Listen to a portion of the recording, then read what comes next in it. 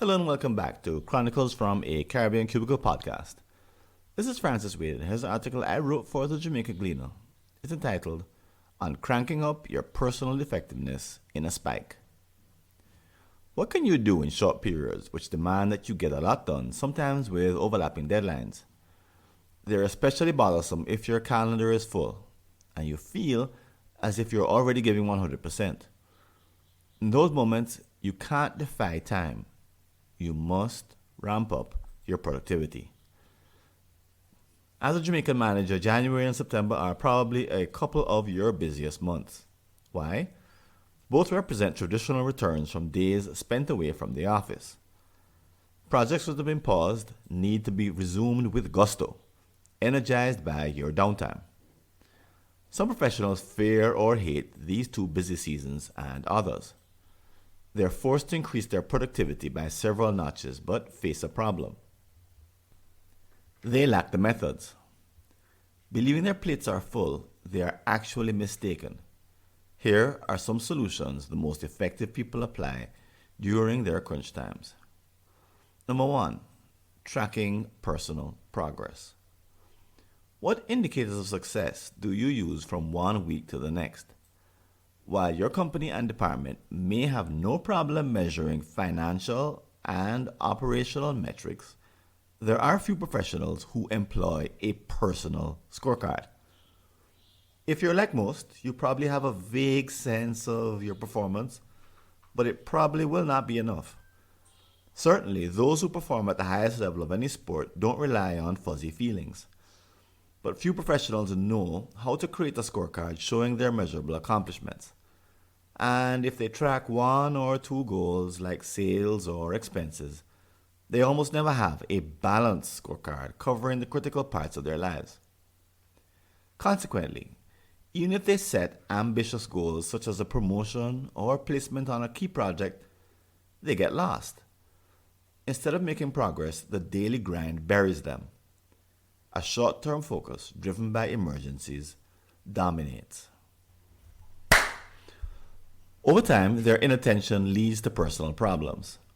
Unwanted pounds get added, technology skills wane, and close friends drift away. Then, life intervenes with a dramatic, unexpected wake-up call. For example, the big plan for a relaxed retirement turns into a series of medical crises initiated by a heart attack. You failed to maintain your health at a younger age. The remedy is simple. Treat your entire life as if it were a precious resource, whose well-being must be actively fostered. Pull out a spreadsheet and begin tracking. The cost? $0. Number 2, creating a daily startup routine.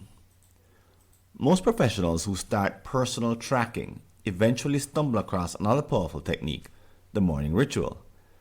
Each single practice, which is a component of the ritual, may be ordinary, but the power lies in completing them as a group over and over again. Follow this habit and you'll find it easy to scale to weekly, monthly, and annual rituals. They all serve a similar purpose. At the beginning of a time period, you simply follow your own instructions. But this is more than a convenience. Research shows that your mind requires a great deal of cognitive energy to innovate a brand new activity. However, when there is an existing script or checklist to follow, you can execute without pausing to rethink. So, a periodic ritual saves precious time and effort. You'll also find that adding data to a scorecard is easy when it's part of your daily ritual. The two practices are perfect complements. Number 3, recognize your own progress. New recruits from school to most companies often have a difficult time making the transition. The reason? Their former learning environments are highly gamified, but the new one isn't. What do they find instead? Poor feedback, vague performance reviews, unclear goals, and internal politics, which trump objective standards. Disillusionment sets in, blamed on the opaque, unfair nature of corporate life. If you want to become more effective, you must learn to be content with self-recognition. This may take some maturity to achieve, but it's the key to accomplishing important goals, even when others may not understand or approve. This doesn't mean you should be a hermit. It's just that outside feedback is just one input, not a final judgment. Retain that ultimate power.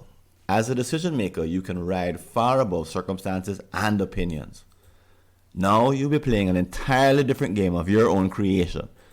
You won't be relying on the ones other people try to enforce using society's popular yardsticks. With your scorecard and rituals, you'll determine success, especially in those moments when your workload spikes upward. This should leave you confident. You'll never be stuck wondering how to respond to a situation that demands more from you than ever before. For you, it will be a matter of adjusting your tracking and rituals before proceeding.